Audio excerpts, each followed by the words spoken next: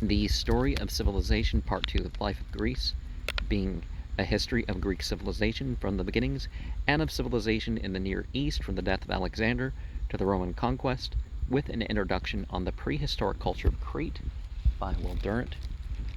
Chapter 11, Pericles and the Democratic Experiment.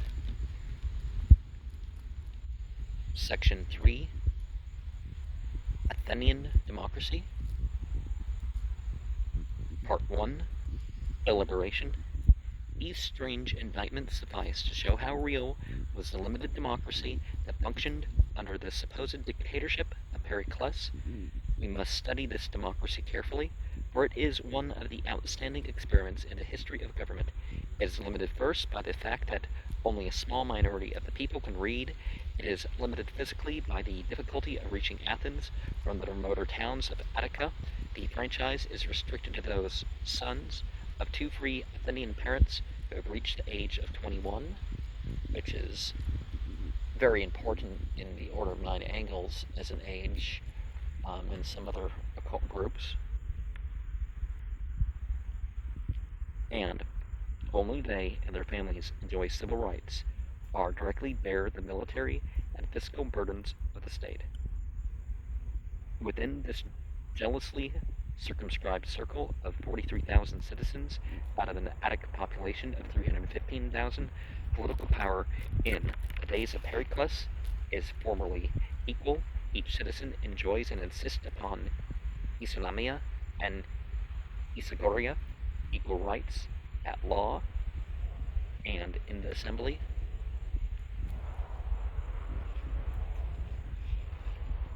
So, into what's said and into the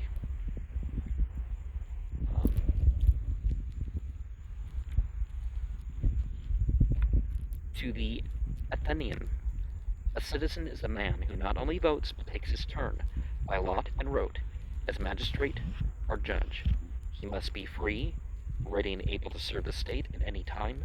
No one who is subject to another, or who has to labor in order to live, can have the time or the capacity for these services, and therefore the manual worker seems to most Athenians unfit for citizenship, though with human inconsistency they admit the peasant proprietor. All of the 115,000 slaves of Attica, all women, nearly all working men, all of the 28,500 medics are resident aliens, and consequently a greater part of the trading class are excluded from the franchise. The Greek word metoikoi means sharing the home. The figures are from Gome, AW Gomes. It's 2 M's and an E. The population of Athens in the 5th and 4th centuries BCE, pages 21, 26, and 47. They are frankly conjectural. The total figures include the wives and the minor children of the citizens.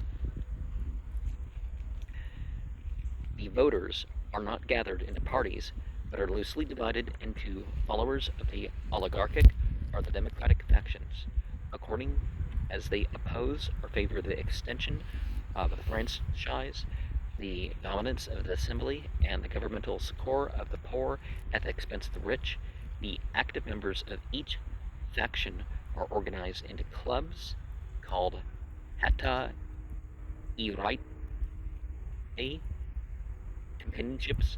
There are clubs of all kinds in Periclean Athens: religious clubs, kinship clubs, military clubs, worker clubs, actors clubs, political clubs, and clubs honestly devoted to eating and drinking. Now, where do we hear that word before? Hata iriae, isn't that the word for prostitute later on? The strongest of all are the oligarchic clubs. whose members are sworn to mutual aid in politics and law and are bound by a common passionate hostility to those lower enfranchised ranks that press upon the toes of the landed aristocracy and the moneyed merchant class. Against them stand the relatively democratic party of small businessmen, of citizens who have become wage workers, and of those who man the merchant ships and the Athenian fleet. These groups these groups resent the luxuries and privileges of the rich, and raise up to leadership in Athens such men as Cleon, the tanner, Lysicles, the sheep dealer, Eucrates, the tow seller, Cleophon, the harp manufacturer, and Pericles, the lamp maker. Pericles holds them off for a generation by a subtle mixture of democracy and aristocracy, which eventually would lead to the more formal ideal of a republic, right? But when he dies, they inherit the government and thoroughly enjoy its perquisites. From Ceylon to the Roman conquest, this bitter conflict of oligarchs and democrats is waged with oratory, votes, ostracism, assassination, and civil war. Every voter is of right a member of the basic governing body, the ecclesia, or assembly. It's not quite right to translate it as church in the Bibles, because it's an assembly that includes members out. Well, I mean, not because, but it's a group of people that's more than your immediate family. So, people that you can marry, right? There is, at this level, no representative government, since transportation is difficult over the hills of Attica. Only a fraction of the eligible members ever attend any one meeting. There are rarely more than 2,000 or 3,000. Those citizens who live in Athens or at the Piraeus come by a kind of geographical determinism to dominate the assembly. In this way, the Democrats gain ascendancy over the conservatives, who are for the most part scattered among the farms and estates of Attica.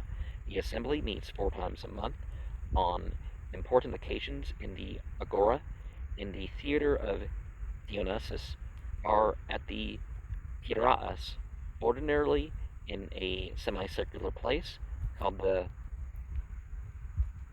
Panax, on the slope of the hill west of Areopagus. In all these cases, the members sit on benches under the open sky, and the sitting begins at dawn. Each session opens with the sacrifice of a pig to Zeus.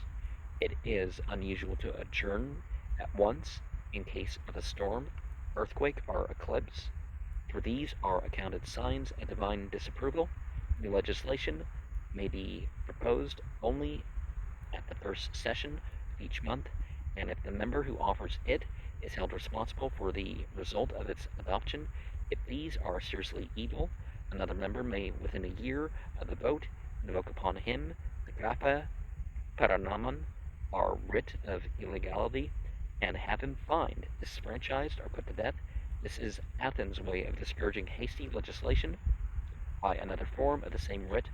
A new proposal may be checked by a demand that before its enactment, one of the courts shall pass upon its constitutionality, i.e., its agreement with the law. Again, before considering a bill, the Assembly is required to submit it to the Council of 500 for preliminary examination.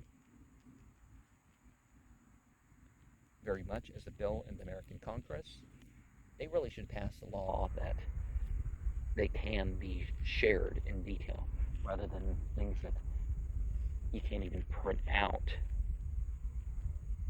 Before discussion of it on the floor is referred to a committee presumed to have a special knowledge and competence in the matter involved, the council may not reject a proposal outright and may only report it, with or without a recommendation.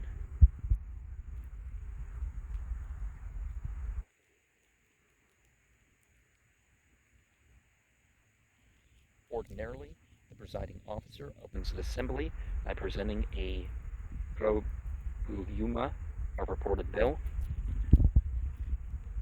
Those who wish to speak are heard in the order of their age, but anyone may be disqualified from addressing the assembly if it can be shown that he is not a landowner, or is not legally married, or has neglected his duties to his parents, or has offended public morals, or has evaded a military obligation, or has thrown away his shield in battle, or owes taxes or other money to the state. Only trained orators avail themselves of the right to speak, for the assembly is a difficult audience. It laughs at mispronunciations, protests aloud at digressions, expresses its approval with shouts, whistling, and clapping of hands, and if it strongly disapproves, makes such a din that the speaker is compelled to leave the bema rostrum. Each speaker is allowed a given time, whose lapse is measured by a clepsydra, or water clock. Voting is by a show of hands unless some individual is directly specifically affected by the proposal, in which case a secret ballot is taken. The vote may confirm, amend, or override the council's report on a bill, and the decision of the assembly is final. Decrees for immediate action as distinct from laws may be enacted more expeditiously than new legislation, but such decrees may, with an equal expedition, be cancelled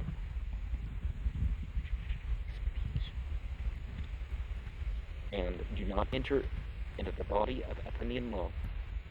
Above the assembly in dignity, inferior to it in power, the Bula, or council. Is it Bula? Originally an upper house, it has, by the time of Pericles, been reduced in effect to a legislative committee of the ecclesia. Its members are chosen by lot and route from the register of the citizens, 50 for each of the 10 tribes. They serve for a year only and receive, in the 4th century, 5 obols per day. Since each counselor is disqualified for re-election until all other eligible citizens have had a chance to serve, every citizen in the normal course of events sits on the Bula for at least one term during his life. It meets in the Bulutarion, or council hall, south of the Agora, and its ordinary sessions are public.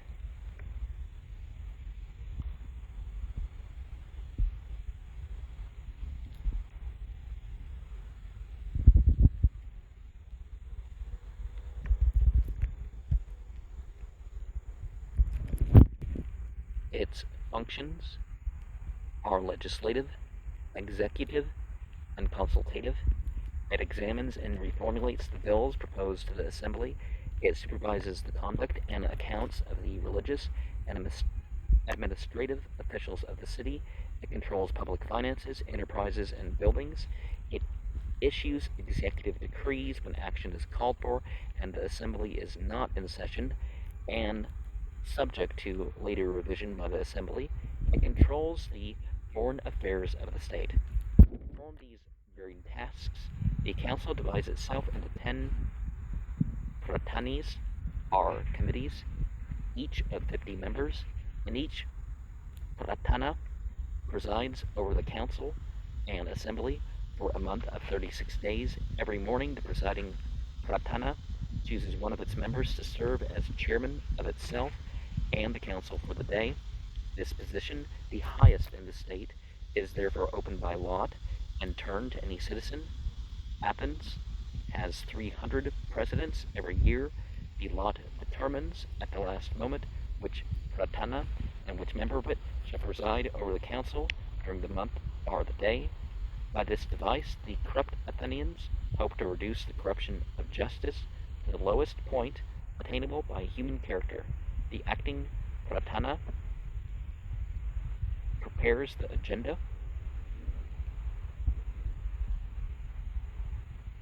convokes the council, and formulates the conclusions reached during the day. In this way, through assembly, council, and pratana, the democracy of Athens carries out its legislative functions. As for the Areopagus, it Its powers are in the 5th century restricted to trying cases of arson, willful violence, poisoning, or premeditated murder. Slowly, the law of Greece has been changed from status to contract, from the whim of one man or the edict of a narrow class, into the deliberate agreement of 3 citizens. Part 2, Section 3, Law. The earliest Greeks appear to have conceived of law as sacred custom, divinely sanctioned and revealed. Themis, i.e. what is laid down from ti themi, I place, or doom in its early sense of law, and the Russian duma, meant to them both these customs and a goddess, who, like India's Dreta, are China's Tao or Tian, embodied the moral order and harmony of the world. That is a combination of correspondences that you don't typically see put together when you look at these systems to the other, but law was a part of theology, and the oldest Greek laws of property were mingled with liturgical regulations, and the ancient temple codes, perhaps as old as such religious law, were the rules established by the decrees of tribal chieftains or kings, which began as force and ended in time as sanctities.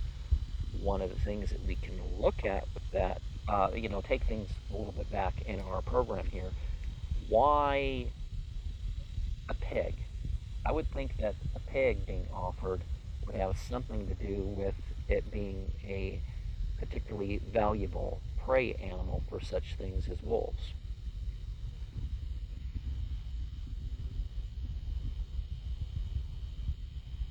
The second phase of Greek legal history was the collection and the coordination of those holy customs by lawgivers,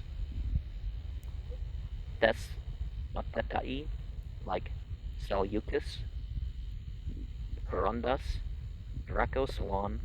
When such men put their new codes into writing, the desmoi, or sacred usages, became nomoi, or man-made laws.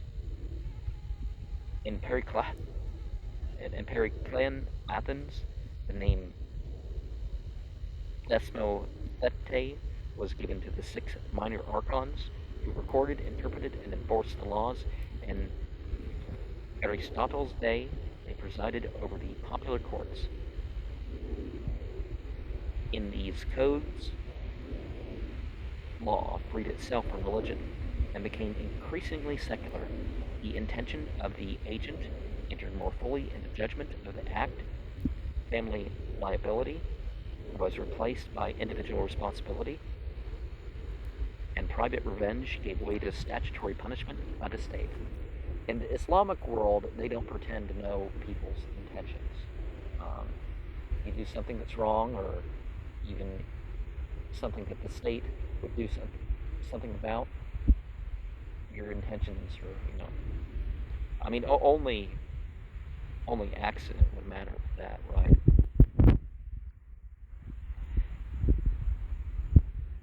The third step in Greek legal development was the accumulative growth of a body of law. When a Periclean Greek speaks of the law of Athens, he means the codes of Draco and Solon, and the measures that have been passed and not repealed by the assembly or the council. If a new law contravenes an old one, the repeal of the latter is prerequisite, but scrutiny is seldom complete, and 2 statutes are often found in ludicrous contradiction. In periods of exceptional legal confusion, a committee of nomothetai, or law determiners, is chosen by lot from the popular courts to decide which laws shall be retained. In such cases, advocates are appointed to defend the old laws against those who propose to repeal them. Under the supervision of these nomothetai, the laws of Athens, phrased in simple and intelligible language, are cut upon stone slabs in the king's porch, and therefore no magistrate is allowed to decide a case by an unwritten law. Athenian law makes no distinction between a civil and a criminal code, except that it reserves murder cases for the Areopagus, and in civil suits leaves the complainant to enforce the court's decree himself, going to his aid only if he meets with resistance. Murder is infrequent, for it is branded as a sacrilege as well as a crime, and the dread of feud revenge remains if the law fails to act. Under certain conditions, direct retaliation is still tolerated in the 5th century BCE, right? When a husband finds his mother, wife, concubine, sister, or daughter in illicit relations, he's entitled to kill the male offender at once. Whether a killing is intentional or not, it has to be expiated as a pollution of the city's soil, and the rites of purification are painfully rigid and complex. If the victim has granted pardon before dying, no action can be brought against the killer. Beneath the Areopagus are 3 tribunals for homicide cases, according to the class and the origin of the victim, and according as the act was intentional or excusable or not. The 4th tribunal holds a court at Phraattus on the coast and tries those who, while exiled for unpremeditated homicide, are now charged with another and premeditated murder. Being polluted by the first crime, they are not allowed to touch Attic soil, and their defense is conducted from a boat near the shore. The law of property is uncompromisingly severe. Contracts are rigorously enforced. All jurors are required to swear that they will not vote for an abolition of private debts or for a distribution of the lands or houses belonging to Athenians. And every year, the head archon, on taking office, has proclamation made by a herald that what each possesses, he shall remain possessor and absolute master thereof. The right of bequest is still narrowly limited. Where there are male children, the old religious conception of property as bound up with a given family line, and the care of ancestral spirits demands that the estate should automatically pass to the sons. The father owns property only in trust for the family dead, living, and to be born, whereas in Sparta, as in England, the patrimony is indivisible and goes to the eldest son. In Athens, very much in France, it is apportioned to the male heirs, the oldest as receiving a moderately larger share than the others. To throw in a summary of the Islamic view is that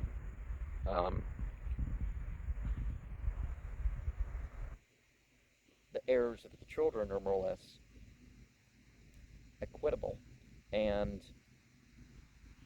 the females, they get a share of the inheritance too. And the difference in that share should become apparent when you realize that in the Islamic view, women don't have the responsibility to provide for their needs in that economically. And so that would mean that, that's an advantage.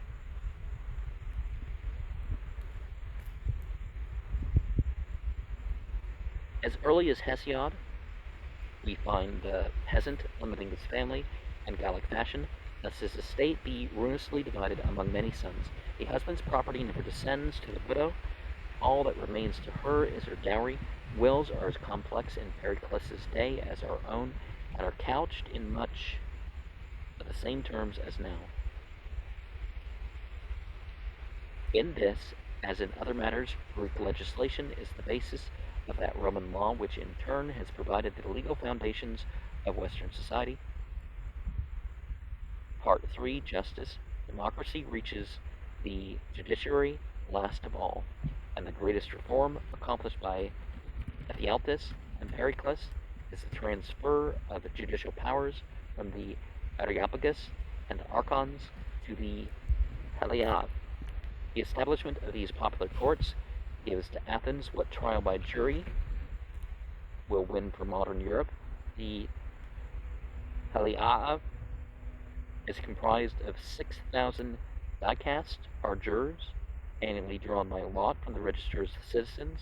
These 6,000 are distributed into 10 dicasteries, or panels, of approximately 500 each, leaving a surplus for vacancies and emergencies.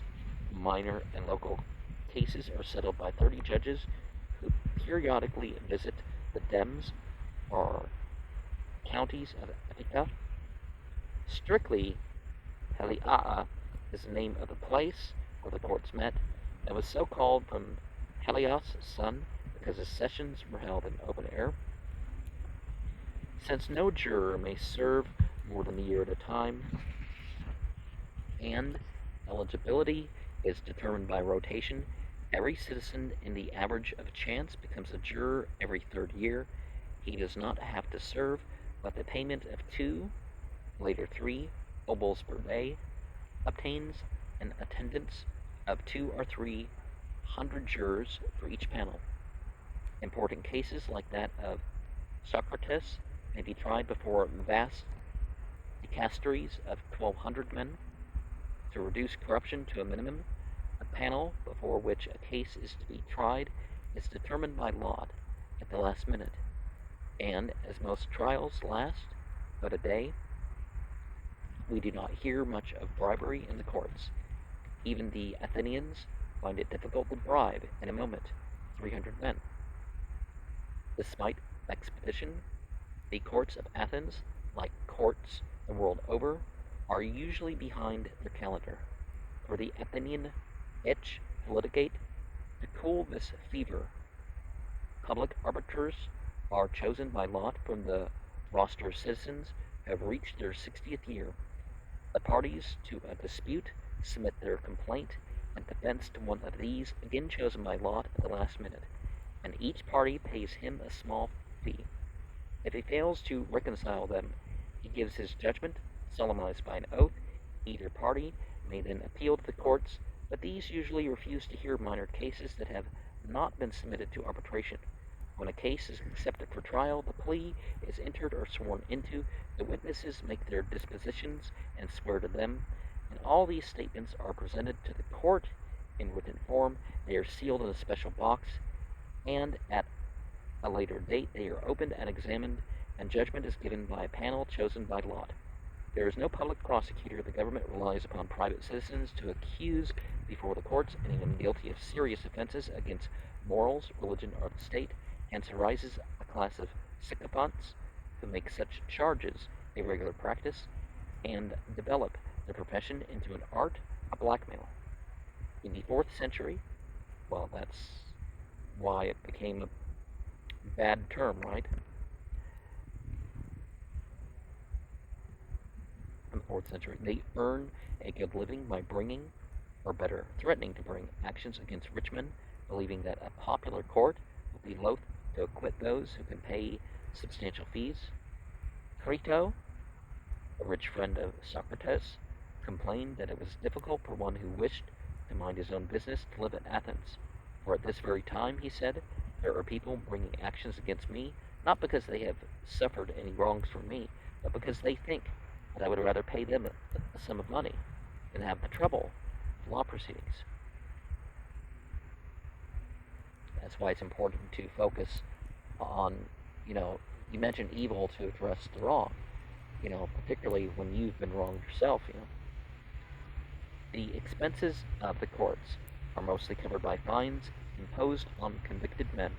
Plaintiffs who fail to substantiate their charges are also fined, and if they receive less than a fifth of the jurors' votes, they are subject to a lashing or to a penalty of 1,000 drachmas, which at this time was sort of equivalent to $1,000. Each party in a trial usually acts as his own lawyer and has to make in person the first presentation of his case. But in the complexity of procedural rises and litigants detect in the jurors a certain sensitivity to eloquence.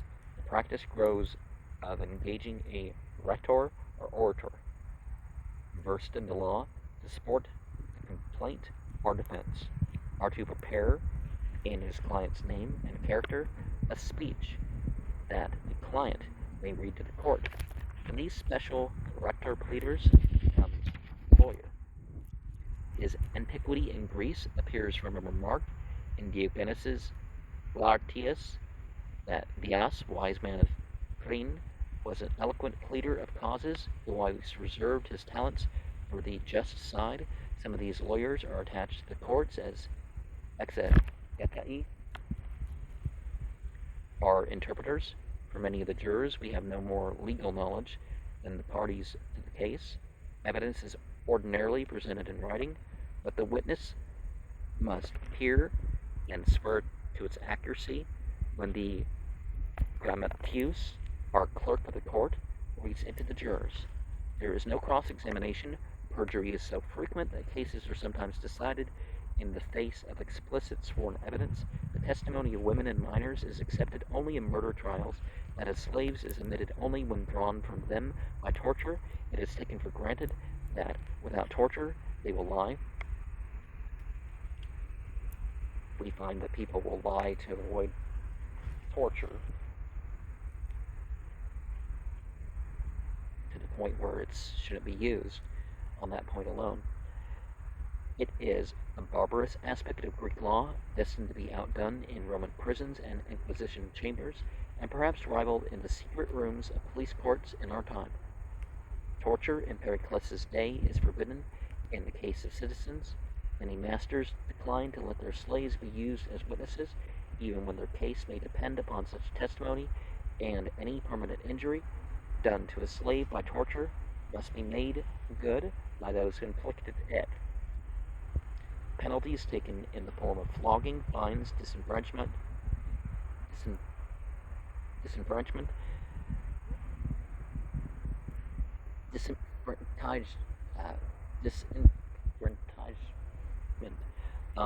branding, confiscation, exile, and death.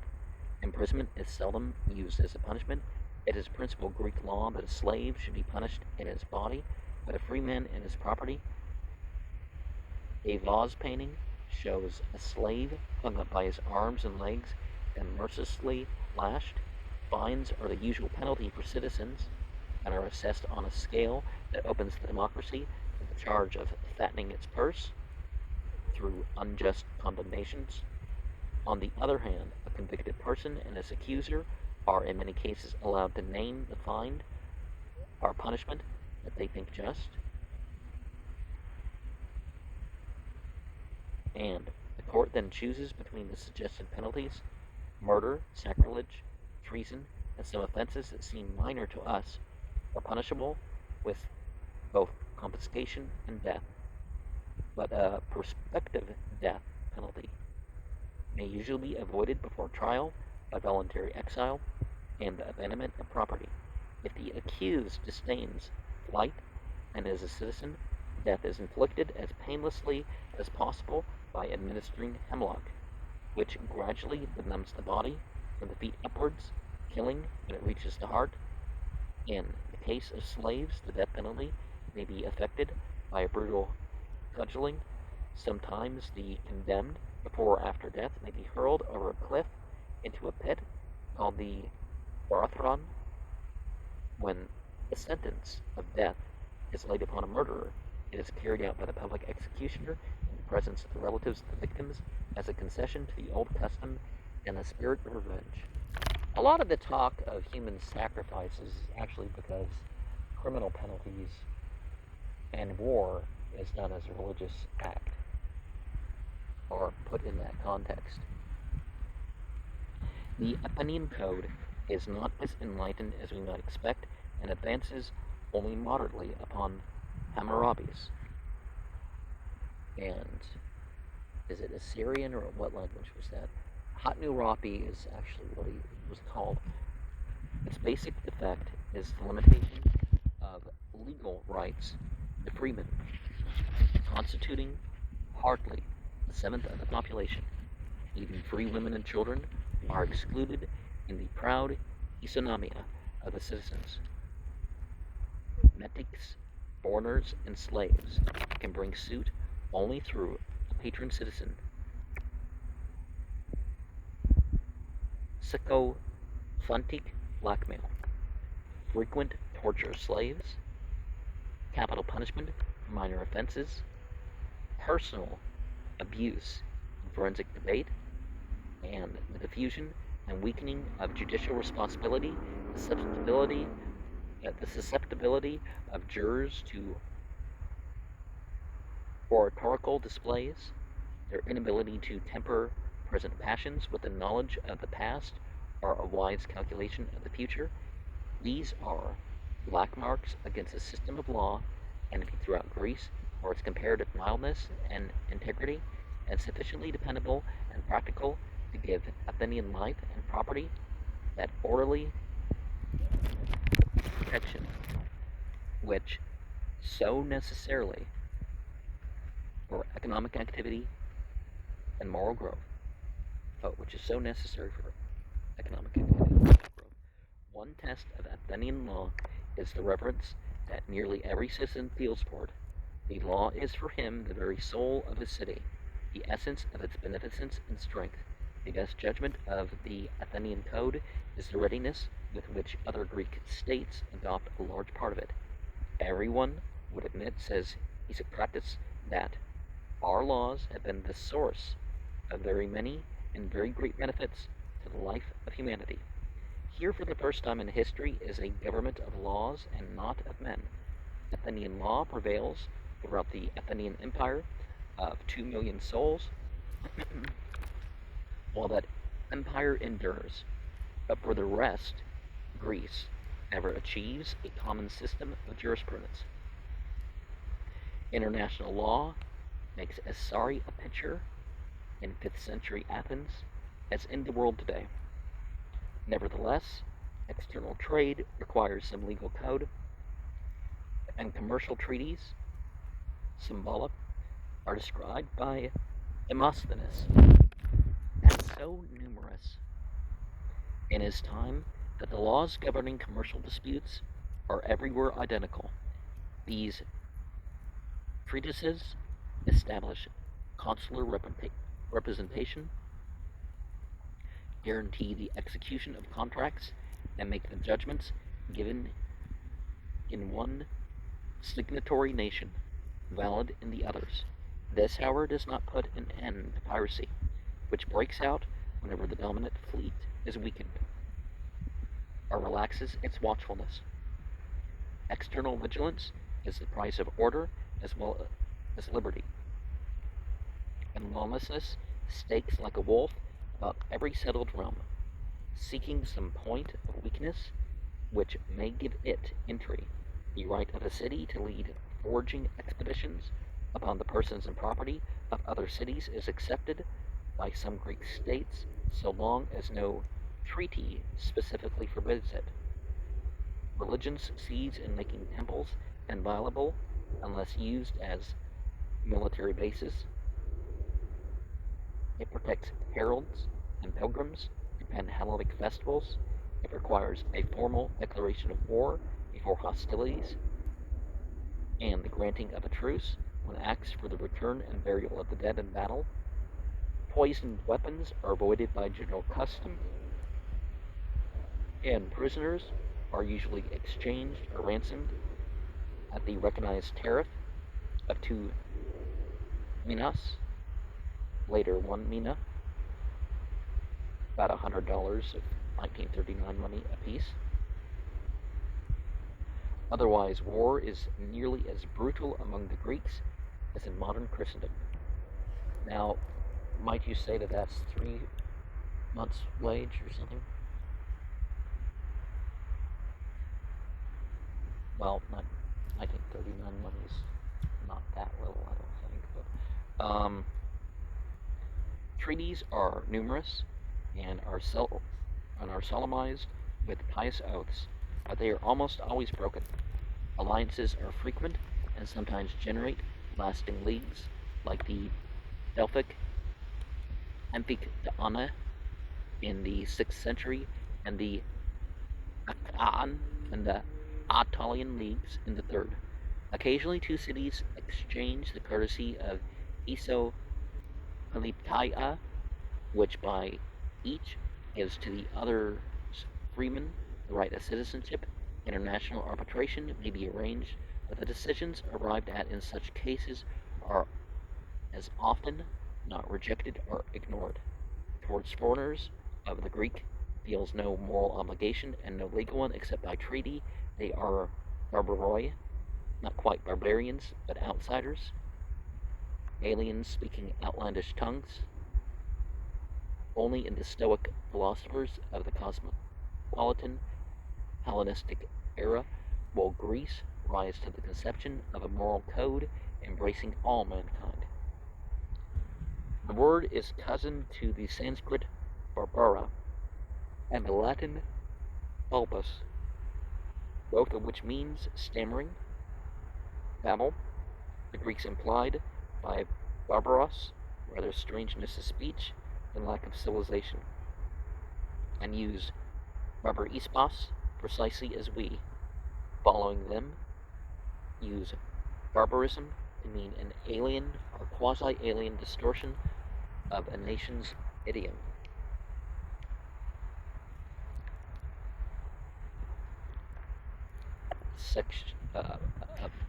Part 4, Administration.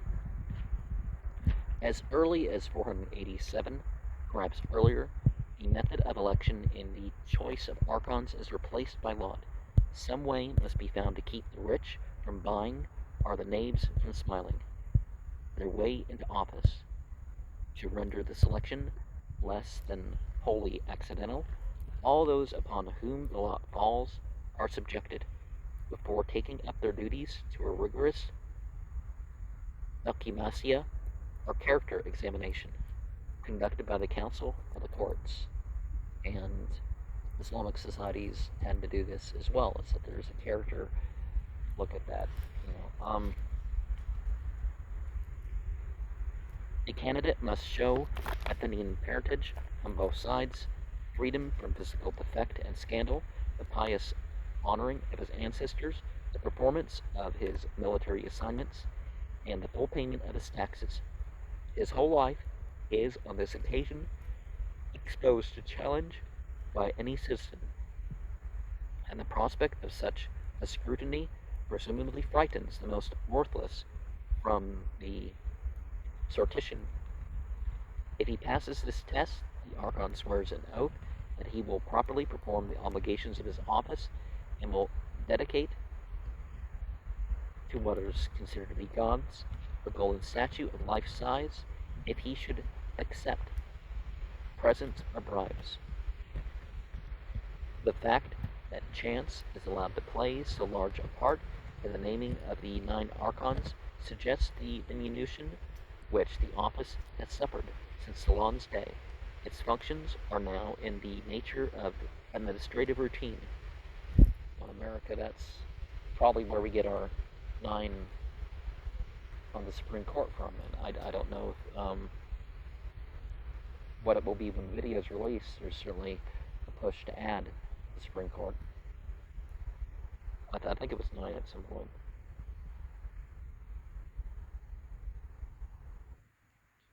The Archon Basilaus, whose name preserves the empty title of king, has become merely the chief religious official of the city. 9 times yearly, the Archon is required to obtain a vote of confidence from the assembly. His actions and judgments may be appealed to by the Bulah or Heliaa, and any citizen may indict him for malfeasance. At the end of his term, all his official acts, accounts, and documents are reviewed by a board of Lagistai responsible to the council, and severe penalties, even death, may avenge serious misconduct. If the Archon escapes these democratic dragons, he becomes, at the end of his year of office, a member of the Areopagus, but this, in the 5th century BCE, is a well-nigh empty honor, since That body has lost nearly all its powers. The archons are but one of the many committees which, under the direction and scrutiny of the assembly, the council, and the courts, administer the affairs of the city. Aristotle names 25 such groups and estimates the number of municipal officials at 700. Nearly all of these are chosen annually by lot, and since no man may be a member of the same committee twice, every citizen may expect to be a city dignitary for at least 1 year of his life. Athens does not believe in government by experts. More importance is attached to military than to civil office. The 10 strategoi are commanders, though they too are appointed for a year only, and are at all times subject to examination and recall, are chosen not by lot, but by open election in the assembly. Here ability, not popularity, is the road to preferment, and the ecclesia of the 4th century shows its good sense by choosing Phocion general 45 times, despite the fact that he is the most unpopular man in Athens, and makes no secret of his scorn for the crowd. Well, that's really how we should vote. Who's the best for the position, not who we like by our sensibilities. The functions of the strategoi expand with the growth of international relations, so that in the latter 5th century BCE, they not only manage the army and the navy, but conduct negotiations with foreign states and control the revenues and expenditures of the city.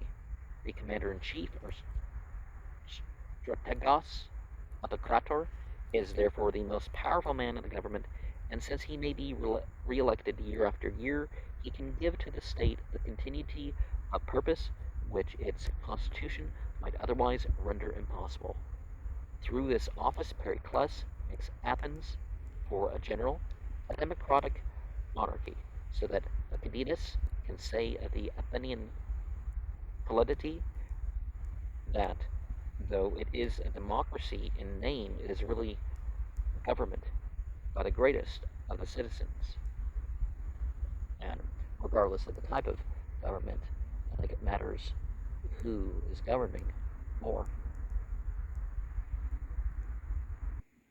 The army is identical with the electorate. Every citizen must serve and is subject until the age of 60 to conscription in any war, but Athenian life is not militarized. After a period of youthful training, there is little of martial drill, no strutting of uniforms, no interference of soldiery with the civilian population in active service. The army consists of light armed infantry, chiefly the poor citizens carrying slings or spears. The heavy armed infantry are hoplites, those prosperous citizens who can afford armor, shield, and javelin, and the cavalry of rich men clad in armor and helmet, and equipped with lance and sword. The Greeks excel the Asiatics in military discipline, and perhaps owe their achievements to a striking combination of loyal obedience on the battlefield with vigorous independence in civil affairs. Nevertheless, there is no science of war among them, no definite principles of tactics on strategy. Before Epaminondas and Philip, cities are usually walled, and defense is, among the Greeks, as among ourselves, more effective than offense. Otherwise, man might have no civilization to record. Siege armies bring up great beams suspended by chain, and drawing the beams back, drive them forward against the wall. This is as far as siege machinery develops before Archimedes.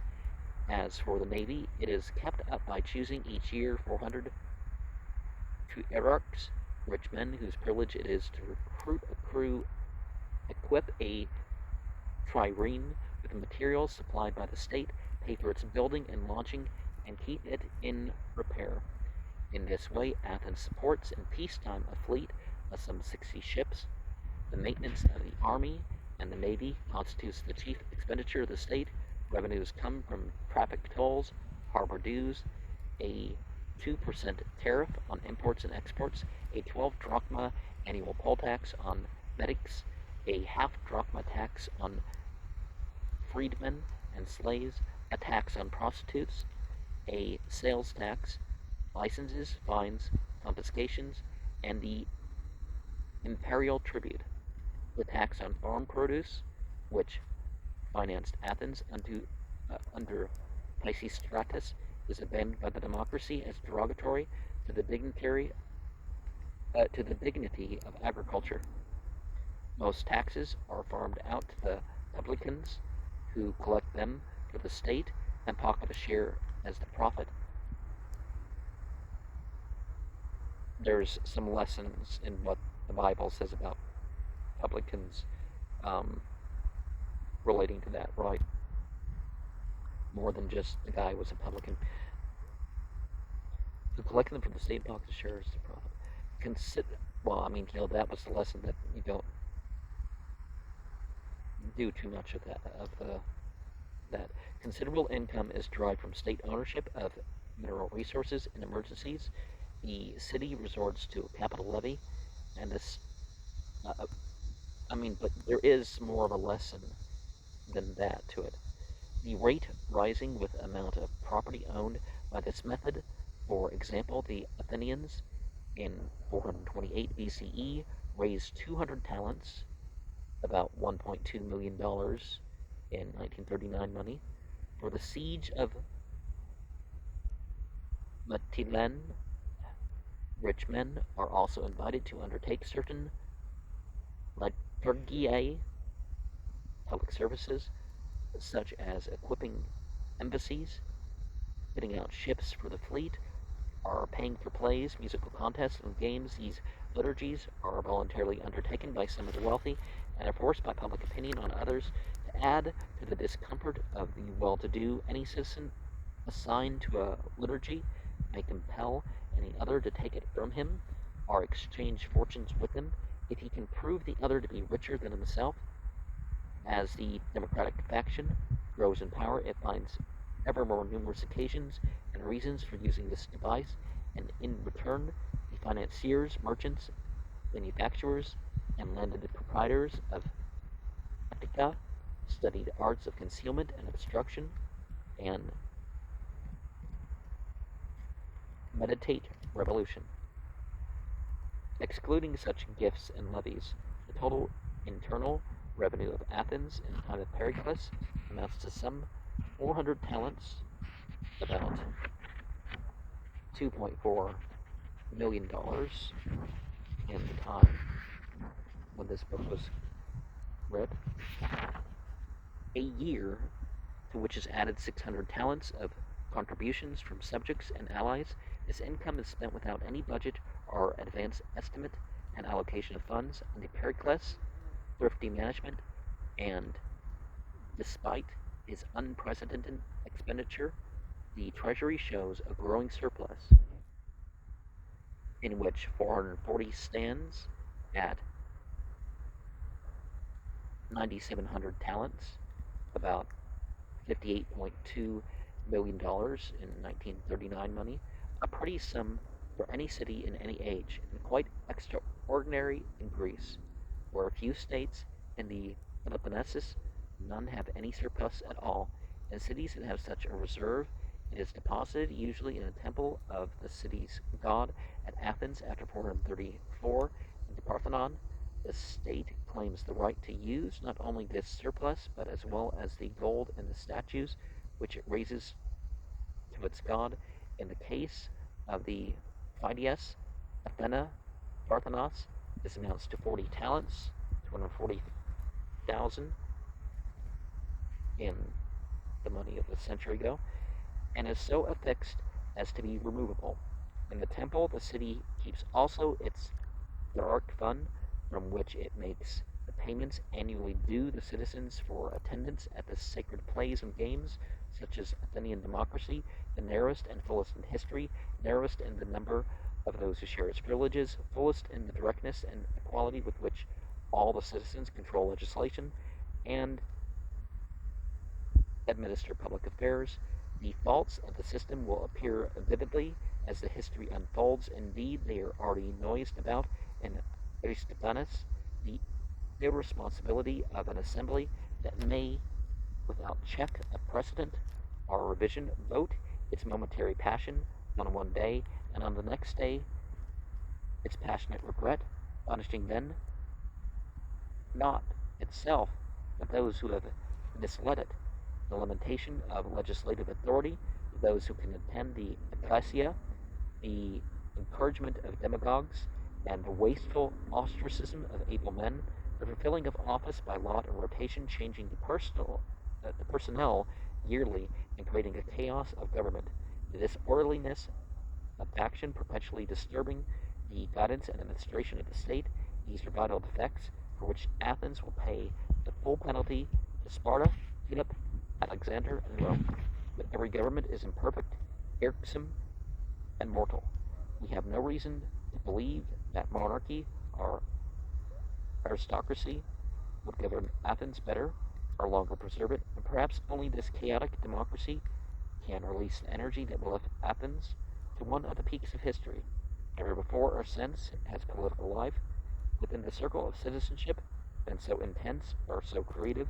This corrupt and incompetent democracy is at least a school. The voter in the assembly listens to the cleverest men in Athens. The juror in the courts has its wits sharpened by the taking and sifting of evidence. The holder of office is molded by executive responsibility and experience into a deeper maturity of understanding and judgment. The city, says Simonides, is the teacher of man. For these reasons, it may be the Athenians can appreciate and thereby call into existence Aeschylus and Euripides, Socrates and Plato. I don't remember the Greek characters. People say Plato, but I'm not sure which O and all that. The audience at the theater has been formed in the assembly and the courts and is ready to receive the best. Aristocratic democracy is no laissez-faire. He says fair. I'm not sure how you're supposed to say that. It's French, right? Laissez-faire. To mere watchmen of property and order. It finances the Greek drama and builds the Parthenon. It makes itself responsible for the welfare and development of its people and opens them up to the opportunity, l'umanan, to zen, la, to zen, not only to live, but to live well. History can afford to forgive it all its sins. Or can it?